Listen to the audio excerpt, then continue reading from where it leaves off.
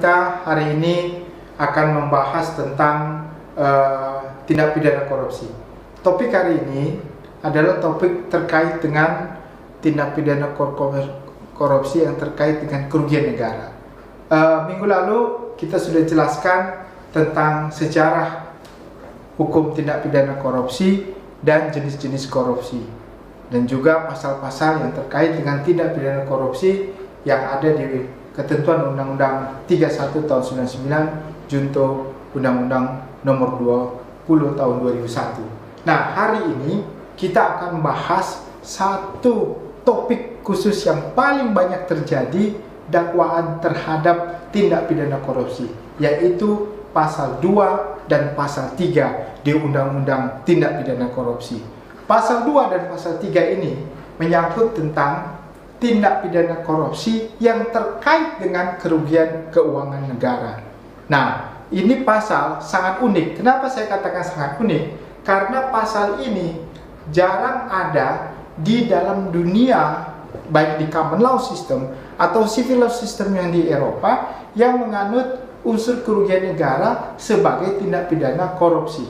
Kita ketahui dalam konteks tindak pidana korupsi yang ada di UNCNC, United Nations Convention Against Corruption, mengatakan bahwasanya itu identik dengan bribery atau penyuapan. Tetapi di Indonesia ada pasal 2 dan pasal 3 tindak pidana korupsi yang terkait dengan kerugian keuangan negara. Ya, bukan hanya pegawai negeri atau pejabat negara saja pelakunya, tetapi orang selain pegawai negeri dan pejabat negara yang bisa dikenakan tindak pidana korupsi terkait dengan kerugian keuangan negara tersebut. Nah, kita akan melihat apa klasifikasi dapat dinyatakan telah melakukan tindak pidana ini, ya, pasal 2 dan pasal 3 di sini. Nah, kalau kita lihat pasal 2 dan pasal 3 ini yang terkait dengan tindak pidana korupsi, pasal 2 itu adalah pasal yang menyatakan barang siapa, ya, barang siapa, atau dikatakan di sini adalah setiap orang, ya, kalimatnya adalah setiap orang. Setiap orang, maksud dalam setiap orang di sini adalah setiap orang yang dikatakan orang atau suatu korporasi, ya, setiap orang atau suatu korporasi yang memperkaya dirinya sendiri atau orang lain. Secara apa? Dia memperkaya dirinya atau orang lain secara melawan hukum. Ini ada di pasal 2. Sedangkan pasal 3, dia menyatakan bahwanya seorang atau suatu korporasi atau setiap orang yang memperkaya dirinya sendiri dengan apa? Menyalahgunakan kewenangan, jabatan atau kedudukan yang ada padanya. Ya, jadi ada perbedaan antara pasal 2 dan pasal 3. Perbedaannya di mana? Nah, kita lihat. Perbedaannya adalah kalau pasal 2 dia ada unsur melawan hukumnya. Ya, unsur melawan hukum atau disebut sebagai break of law. Jadi dia setiap orang yang melawan hukum menguntungkan diri sendiri atau orang lain yang dapat mengakibatkan kerugian negara atau perekonomian negara. Nah, apa konteks daripada perbuatan melawan hukum itu sendiri? Perbuatan melawan hukum itu dalam konteks pidana dikatakan ada 2, perbuatan melawan hukum formil dan perbuatan melawan hukum material. Perbuatan melawan hukum formil adalah perbuatan melawan hukum yang diatur dalam peraturan perundang-undangan. Jadi semua ketentuan undang-undang yang dilanggar orang tersebut, apakah karena perbuatan melawan hukum itu, undang-undang perbankan, undang-undang kehutanan, undang-undang apapun itu, dia melanggar itu, maka mengakibatkan kerugian negara, maka unsur perbuatan melawan hukum itu sudah dapat dipenuhi secara formil. Sedangkan perbuatan melawan hukum secara material adalah suatu perbuatan melawan hukum dikarenakan memang ada aturan yang hidup karena kepatutan di dalam masyarakat. Makanya kalaupun ketentuan undang-undang tidak mengatur tentang suatu perbuatan sebagai perbuatan pidana secara formil, tapi dalam kepatutan dalam hidup bermasyarakat dianggap sebagai suatu perbuatan pidana, maka perbuatan itu dapat dikategorikan sebagai suatu perbuatan pidana. Nah, sehingga setiap orang yang melakukan perbuatan melanggar hukum yang dapat mengakibatkan kerugian keuangan negara atau perekonomian negara, maka dia memenuhi unsur sebagaimana dimaksud dalam pasal 2 tersebut. Sedangkan pasal 3, perbedaannya dengan pasal 2 adalah barang siapa yang menyalahgunakan kewenangan. Menyalahgunakan kewenangan ini maksudnya adalah abuse of power. Abuse of power artinya kewenangan yang dimiliki orang tersebut karena kedudukan atau jabatan, sehingga orang tersebut menyalahgunakan kedudukan dan jabatannya, ya, disalahgunakan. Kenapa disalahgunakan? Karena mungkin dia mendapatkan keuntungan dari perbuatannya tersebut. Nah, menyalahi kewenangannya tersebut sehingga mengakibatkan orang lain menjadi, ya, diuntungkan, atau dirinya yang diuntungkan atau orang lain diuntungkan, dan dapat mengakibatkan kerugian atau perekonomian negara. Nah, jadi inilah suatu tindak pidana korupsi dibagi dalam 2 hal terkait dengan kerugian negara. 1, kerugian negara itu muncul karena ada perbuatan melawan hukum yang dapat mengakibatkan kerugian negara, atau yang menyalahgunakan kewenangannya sehingga dia memperkaya diri.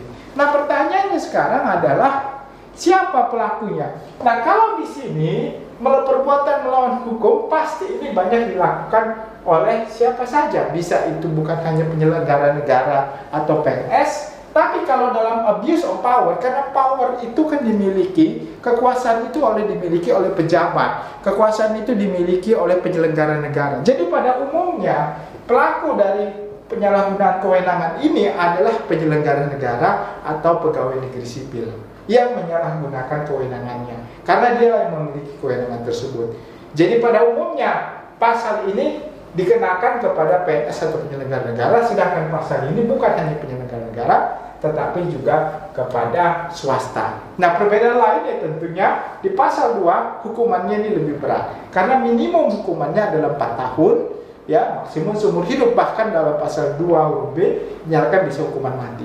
Sedangkan dalam konteks abuse of power minimum hukumannya adalah 1 tahun, ya. Nah, jadi PNS yang melakukan suatu kegiatan ini hukumannya lebih kecil dibandingkan dengan swasta, ya. Padahal dalam konteks hukum pidana sebenarnya kalau penyelenggara negara yang melakukan tindak pidana hukumnya harusnya ditambah sepertiga, tapi dalam konteks ini dia lebih rendah.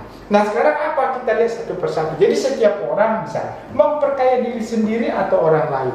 Apa sih maksudnya memperkaya diri sendiri atau orang lain? Memperkaya itu artinya menjadi kaya. Menjadi kaya apa maksudnya? Menjadi kaya artinya dari yang tidak ada menjadi ada, yang sudah ada bertambah ada. Jadi kalau seseorang mendapatkan keuntungan dengan menyalahgunakan kewenangan atau melakukan perbuatan melawan hukum, ada hartanya, pada saat itu tidak ada harta jadi ada hartanya, atau pada saat itu hartanya sedikit sehingga bertambah, maka pada saat harta bertambah tersebut atau ada padanya, itulah disebut memperkaya dirinya sendiri, ya, atau orang lain. Jadi menjadi kaya.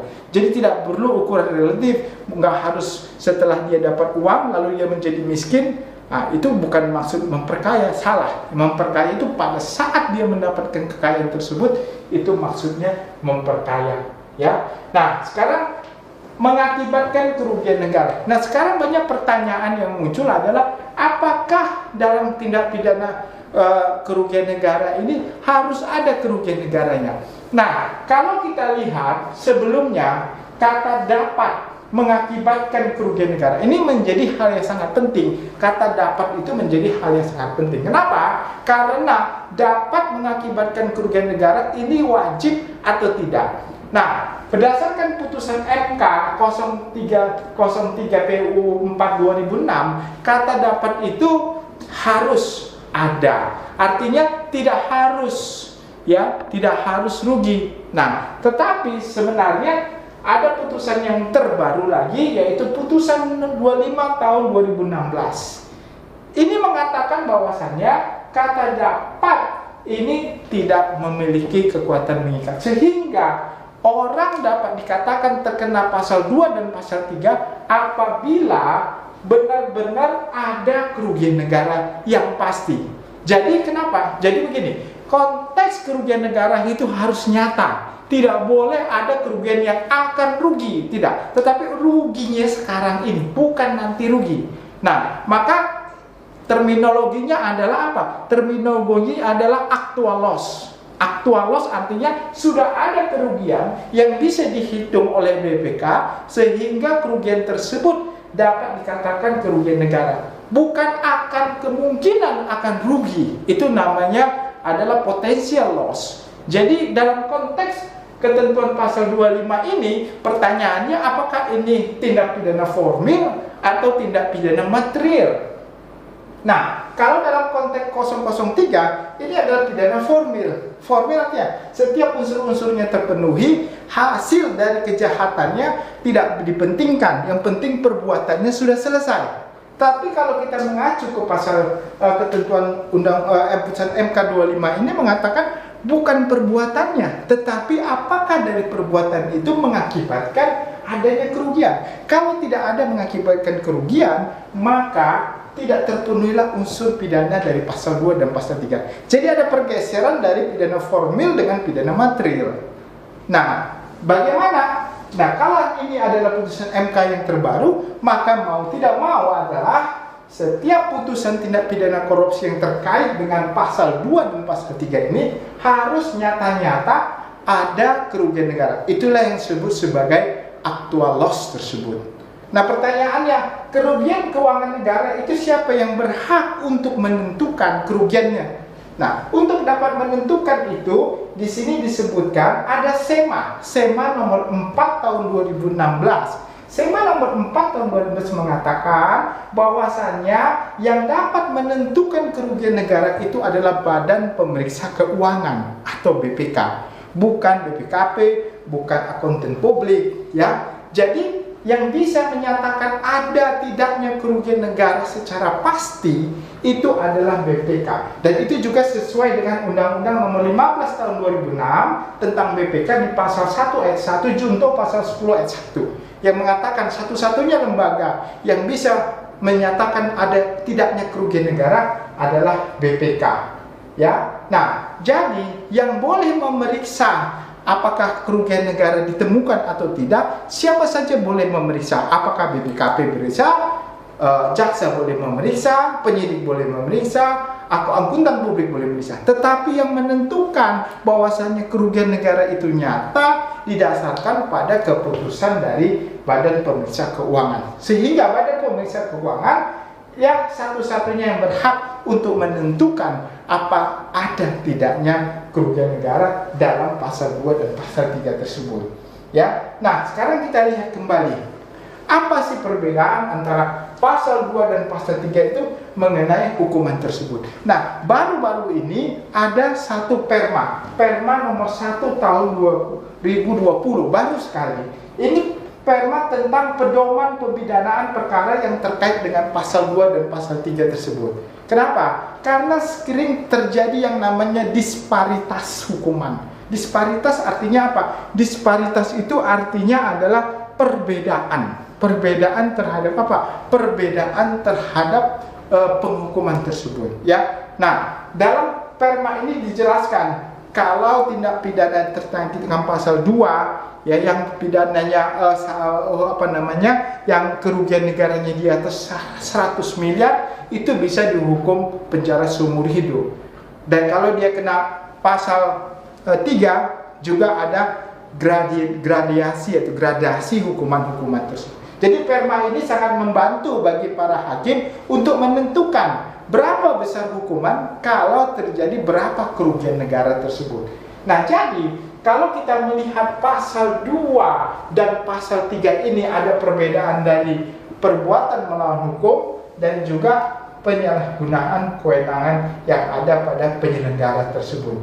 Nah, inilah yang disebut sebagai pasal yang terkait dengan kerugian negara. Nah, banyak sekali kita ketahui tindak pidana atau kasus-kasus yang terjadi ini yang terkait dengan tindak pidana yang terkait dengan pasal 2 dan pasal 3. Nah, sekarang apa sih perekonomian negara? Nah, perekonomian negara ini kerugian secara makro, ya, akibat suatu perbuatan pidana yang mempengaruhi terhadap kerugian negara secara makro, dan hitungannya tentu dilakukan oleh BPK juga. Nah, dari pasal-pasal ini berarti sekarang kata dapat merugikan keuangan negara ini tidak menjadi suatu lagi, jadi dihapus dengan pidana material. Kenapa? Karena kerugian negara untuk menyatakan seseorang melakukan suatu tindak pidana sebagaimana dimaksud pasal 2 dan pasal 3 ini harus benar-benar ada kerugian negara material yang terjadi, yang harus diperiksa oleh Badan Pemeriksa Keuangan. Nah, jadi pelakunya bisa siapa saja, bisa orang perorangan, bisa korporasi, ya. Jadi inilah ya konteks terkait dengan pasal 2 dan pasal 3 tindak pidana korupsi.